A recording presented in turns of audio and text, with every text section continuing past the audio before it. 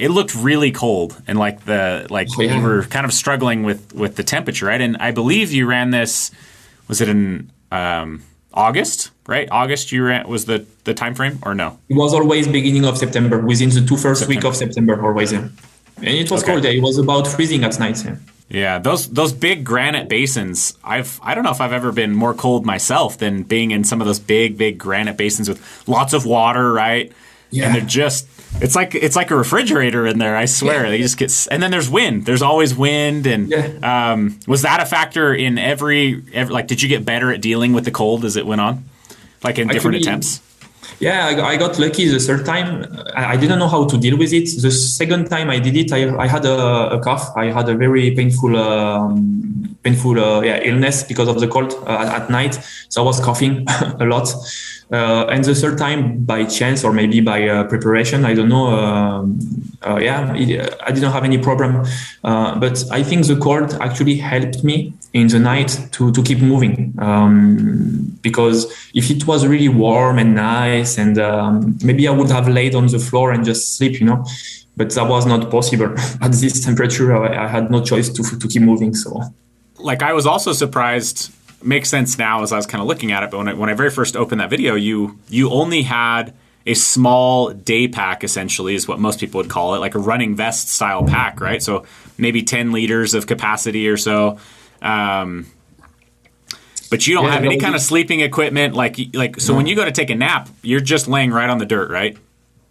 Yeah, exactly. Yeah, so I had a 5-liter capacity. It was a Salomon Ultra Vest, But basically, I didn't have anything inside. It was just the food, the water. I just have 1 liter water, and nothing else. I just had a pair of gloves and what else? Yeah, I didn't even have another layers, other socks, anything else. Oh yeah, I had a rain jacket, but that was it. So I didn't have much capacity, and I was just going straight anyway from the start to the finish.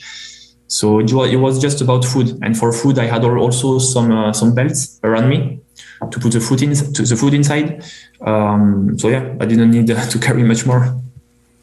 Yeah, that's so little. I mean, essentially, when you do something like that, you're committing to not stopping, right? Because you can't stop. You don't have insulation and warmth, provided if you stop. So you essentially, like you say, like through those nights, you're committed. You can't stop, or you would be freezing cold, right? So you also mentioned nutrition. So what did nutrition look like? Some of the food items, but like how many calories are you consuming in a day, or did you track that?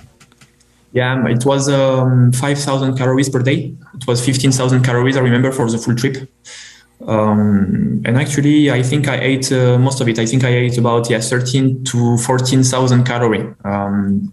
It was about that. And yeah, it was mostly about, as I said, almonds, bacon, some cereal bars, but not much. And then it was also some powder to get into the water and just drink, to get some. It was a mix between maltodextrin and some protein, also some whey protein, I believe. So it was about drinking and eating all those various stuff, some chocolate bars as well. But yeah. Were you filtering your water or no?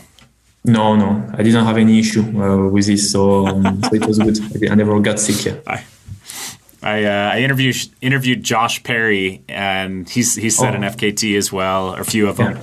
And that surprised me probably more than anything else. That at least on the John Muir Trail, you're in most of the time you've got very good water sources, right? Yes. But still, I think I've gotten so paranoid about it that actually on my ultra marathon there was a point when I was having some hydration issues where I had like some drink mixes with electrolytes, and I'd essentially taken too many electrolytes on because I started cramping early on. So I'd gone too many electrolytes, and then I was passing these creeks of just crystal clear water high in the mountains, and I wouldn't drink them because I didn't have a filter. Okay. And in retrospect, like looking backwards, I was like, that was so stupid. It's just so stupid. Anyways, I find that interesting. You're really bad lucky if you get sick into the mountain. At least it depends on the water. You have to flow, and usually it's okay. But yeah. I should have.